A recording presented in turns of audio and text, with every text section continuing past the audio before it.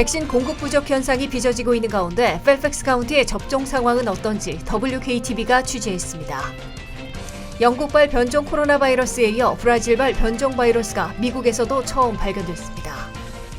조 바이든 대통령은 $1,400 미국민 직접 지원 등 코로나 구호 패키지의 일부를 조정할 용의가 있으며 초당적 승인을 확신한다고 밝혔습니다.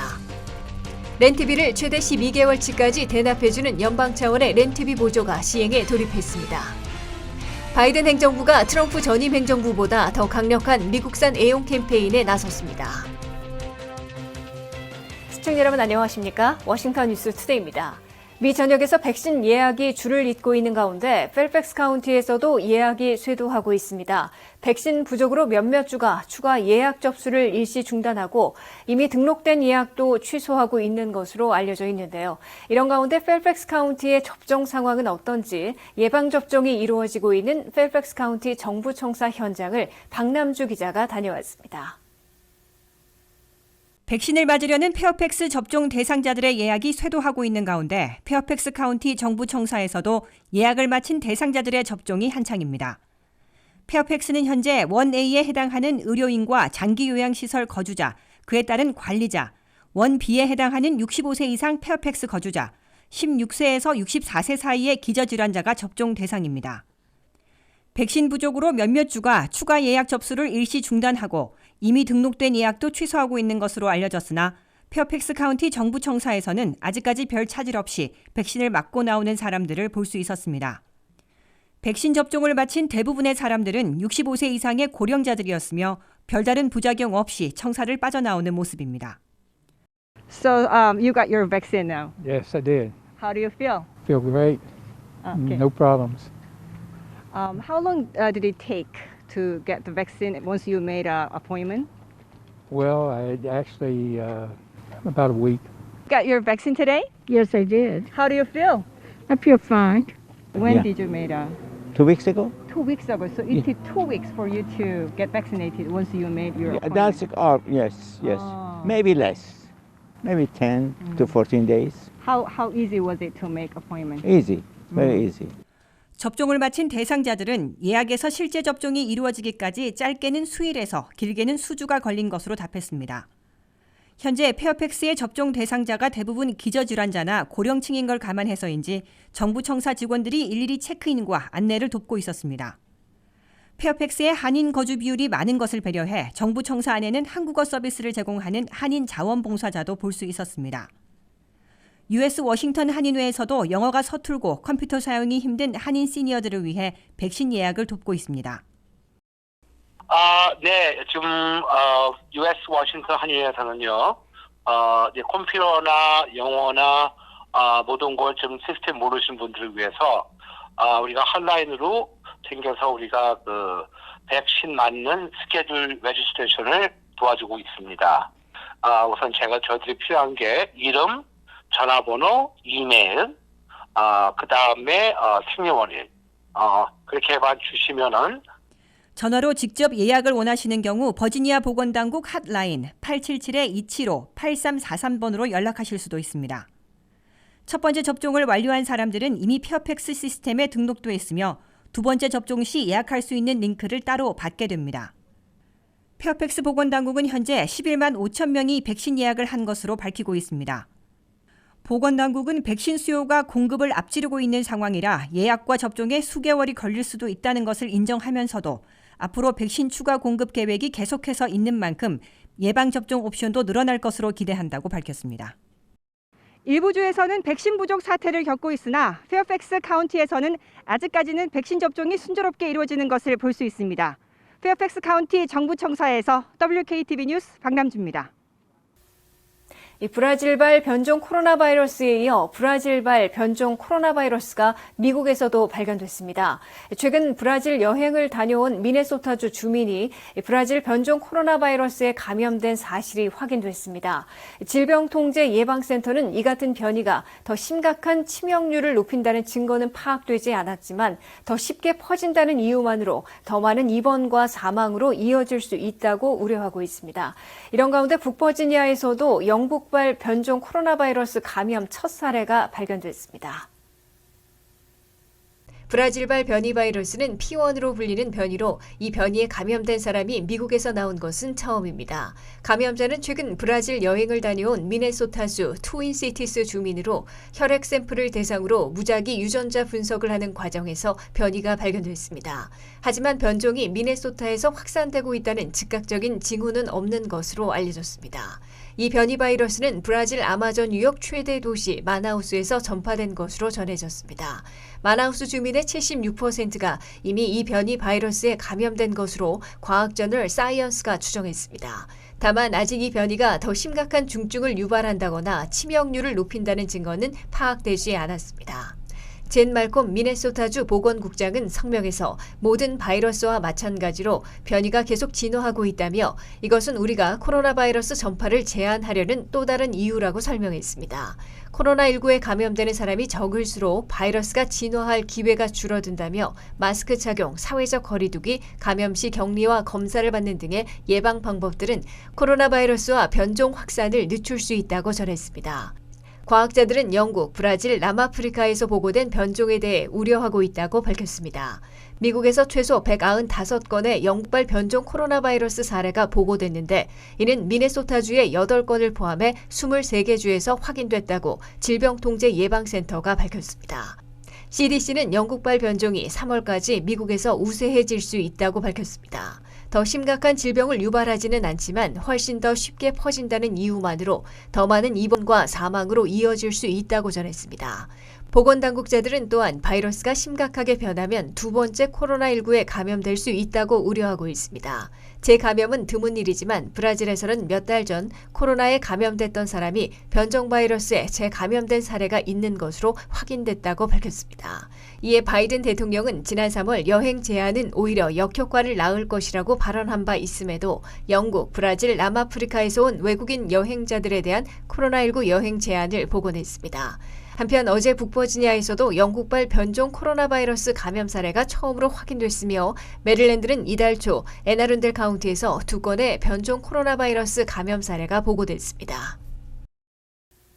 조 바이든 대통령은 미국민 1,400달러 추가 지원을 포함하는 코로나 구호 패키지의 일부를 조정할 용의가 있으며 초당적으로 신속 승인받을 수 있을 것으로 확신한다고 밝혔습니다.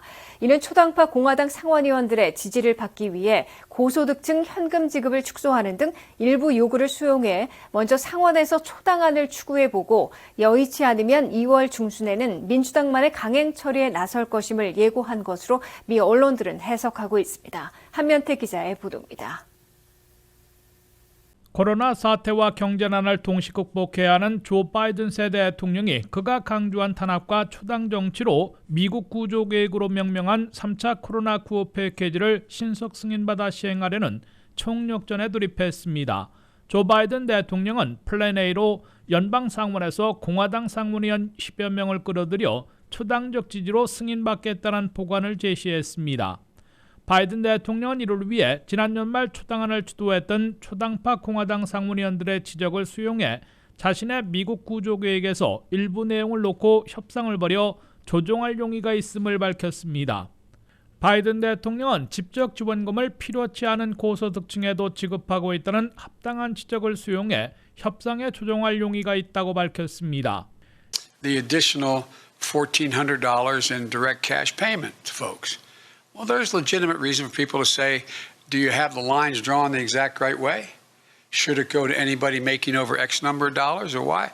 I'm open to negotiate those things. 이는 1,400달러씩 추가 지원하라는 현금 지원을 현재 연소득 개인 7만 5천 달러, 부부 15만 달러까지 제공하되 그 이상의 소득자에게는 소득 100달러에 5달러씩 줄여 지급하는 페이스아웃을 채택하고 있는데 이를 수정할 수 있다는 뜻입니다. 이 페이스아웃을 적용하면 1,400달러보다는 적어지지만 연소득 개인 11만 5천 달러나 되는 고소득층까지 받기 때문에 이 페이스아웃을 없애거나 조정해야 한다고 공화당 수전 콜린스 상원의원 등이 지적하고 있습니다. 또 바이든 패키지에서 연방 차분의 최저임금을 현재 7달러 25센트에서 15달러로 2배 이상 인상하는데 공화당 의원들이 강하게 반대하고 있습니다. 바이든 대통령의 언급으로 배합권에 착수한 초당파 상하원 의원들과의 마크 협상을 통해 1조 9천억 달러 총 규모도 줄어들 수 있고 고소득층 현금 지원의 폐지나 하향 조정, 최저임금 인상 연기 등으로 조정될 가능성이 거론되고 있습니다. 하지만 공화당 상원의원 10여 명이 동참하지 않으면 플랜 B로 1조 9천억 달러짜리 원안대로 민주당만의 지지로 2월 중순까지는 최종 승인에 시행하게 될 것으로 예고하고 있습니다. 바이든 대통령은 협상을 벌이다가 막혔을 때 발동하는 예산 조정 규칙을 적용해 상원에서 60표가 아닌 51표의 지지로 가결하는 방안도 배제하지 않고 있다고 밝혔습니다. 바이든 대통령은 연방 실업수당이 3월 14일에 끝나기 때문에 주당 $400를 올리고 9월 말까지 연장하려는 미국 구조 계획을 한 달 전인 2월 14일까지는 최종 승인받아야 하는 상황입니다.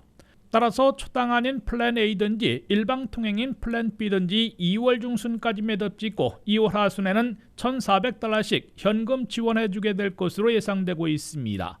WKTV 뉴스 한면택입니다. 밀렸거나 향후 내야 할 렌트비를 최대 12개월치까지 대납해주는 연방 차원의 렌트비 보조가 시행에 돌입했습니다. 가구 구성원 가운데 한 명이라도 실직했거나 가계 소득이 지역별 중간 소득에 비해 80% 이하로 떨어진 경우 혹은 강제 퇴거령을 받은 사람들이 혜택을 받을 수 있는 건데요. 렌트비 보조 신청서를 카운티 당국에 제출하면 당국이 렌트비를 대신 납부해주게 됩니다. 박남주 기자가 보도합니다. 코로나 사태로 렌트비를 못 내고 있는 1,000만 가구에게 밀렸거나 앞으로 내야 할 렌트비를 보조받는 연방 긴급 렌트 보조 프로그램이 새 행정부 출범에 맞춰 시행에 들어갔다고 연방 재무부가 발표했습니다. 9천억 달러 규모의 2차 코로나9 패키지에 따라 시행되는 연방 긴급 렌트 보조 프로그램은 미 전역의 인구 20만 이상 도시들과 카운티에 $250억 달러를 제공하게 됩니다. 렌트비 보조를 신청해 승인받는 세입자들은 밀린 렌트비 최대 12개월치를 당국이 랜드로드와 임대주 또는 임대회사에게 직접 내주게 돼 탕감받게 됩니다. 그리고 그 후 3개월치씩 내야 할 렌트비도 보조받을 수 있게 됩니다. 연방 재무부에 따르면 렌트비 보조를 받을 수 있는 세입자들은 첫째, 한 가구에서 한 명 이상 일자리를 잃어 실업수당을 받았을 경우, 둘째, 가족 소득이 거주 지역에서 가장 많은 미디언 소득의 80% 이하로 떨어진 경우, 에빅션 즉 강제 퇴거 등 통지서를 받은 홈리스 피플 위기에 빠진 경우 등입니다. 예를 들어 페어팩스 카운티의 가장 많은 미디언 가구 연소득은 12만 2천 달러인데 그것의 80%인 9만 7,600달러 이하이면 렌트비 보조를 신청할 수 있다는 뜻입니다. 그중에서 90일 이상 실직자들과 지역 평균 소득의 50% 이하로 급감한 가구에 우선 보조금이 지급됩니다. 연방 긴급 렌트비 보조 프로그램에는 세입자뿐만 아니라 렌트비를 받지 못하는 랜드로드, 즉 임대주나 임대회사도 단체로 신청할 수 있으나 세입자들의 동의를 받아야 합니다. 하지만 이번 250억 달러 지원으로 밀린 렌트비와 연체로 유틸리티 비용까지 한꺼번에 해결하지는 못해 2차, 3차 지원이 계속 필요한 것으로 전문가들은 지적하고 있습니다. 무디스의 분석 결과 현재 미국 내에서 제때 내지 못해 밀려있는 렌트비는 무려 1,000만 가구에서 570억 달러나 되는 것으로 나타났습니다. 이는 미국 내 전체 세입 가구 중에서 4가구당 1가구나 되는 것이며 한 가구당 평균 5,600달러를 밀려있는 것입니다. 트럼프 시절 확정된 9천억 달러 규모의 2차 코로나9 패키지에 의해 시행되는 250억 달러로는 절반도 탕감되지 못함을 보여주고 있습니다. 바이든 행정부는 1조 9천억 달러 규모의 3차 코로나9 패키지에서 렌트비 보조로 250억 달러, 유틸리티 비용 보조로 50억 달러 등 300억 달러를 더 지원하겠다고 밝히고 있습니다. 일부 경제 전문가들은 미국 내 렌트 대란과 렌트 시장 붕괴를 막기 위해선 강제 퇴거 중지령과 렌트비 보조를 단기적 일회성이 아니라 장기적으로 시행해야 할 것으로 경고하고 있습니다. WKTV 뉴스 박남주입니다. 바이든 행정부가 트럼프 전임 행정부보다 더 강력한 미국산 애용 캠페인에 나섰습니다. 조 바이든 대통령은 바이 아메리카 정책을 더 강화해 연방정부와 연방 컨트랙터들이 미국산 제품을 더 많이 사도록 지시했습니다. 김지수 기자의 보도입니다. 취임 초부터 트럼프 흔적 지우기에 전력 투구하고 있는 조 바이든 대통령이 국산품 애용에서는 전임자보다 더 강력한 조치를 취하고 있습니다. 도널드 트럼프 전 대통령이 바이 아메리카, 하이어 아메리카, 즉 미국산 구매 미국인 고용 정책을 내걸어 미국 우선, 외국인 고용 저지에 이용했던 것에 비해 조 바이든 새 대통령은 바이 아메리칸 정책만 더욱 강하게 추구하고 있는 것으로 차별화하고 있습니다. 바이든 대통령은 바이 아메리칸, 즉 미국산 구매 정책을 더욱 강화한 대통령 행정명령에 서명했습니다. 이에 따라 연방정부와 연방 컨트랙터들은 미국산 제품과 서비스를 더 많이 구매해야 합니다. 연방정부는 한 해 6천억 달러 어치를 조달하고 있는데 기존보다 더 많은 미국산 제품을 구매할 것으로 예고되고 있습니다. 연방정부와 수주 계약을 맺고 물품과 서비스를 제공하고 있는 컨트랙터들도 부득이하게 외국 제품을 납품하는 예외를 인정받기 더 어려워졌습니다. 이 때문에 연방 컨트랙터들은 앞으로 대부분 미국산 제품, 적어도 미국산 부품을 많이 사용해 납품해야 할 것으로 지적되고 있습니다. 연방정부와 수주 계약을 맺은 컨트랙터나 하청받은 서브 컨트랙터들 중에 한인업자들도 많이 있고 이들이 한국산 제품이나 부품을 구매해 미국 정부에 납품해온 경우도 있을 것으로 보여 한인 비즈니스에도 적지 않은 영향을 미칠 것으로 보입니다. 바이든 행정부는 이번 바이 아메리카 정책을 대폭 강화함으로써 코로나 사태로 큰 타격을 입은 미국의 제조업의 생산과 고용을 다시 진작시키려는 것으로 설명하고 있습니다. 미국 제조업에서는 코로나 사태가 본격화됐던 지난해 2월부터 현재까지 54만 개의 일자리가 사라져 직격탄을 맞았음을 보여주고 있습니다. 바이든 행정부가 올해부터 연간 6천억 달러어치를 거의 대부분 미국산으로 조달할 경우 미국 제조업의 생산과 고용에는 상당한 도움이 되겠지만 더 싸고 더 좋은 외국 제품을 가로막고 미국산의 해외 수출도 줄어드는 역작용을 불러올 수 있다는 비판을 받고 있습니다. WKTV 뉴스 김지수입니다.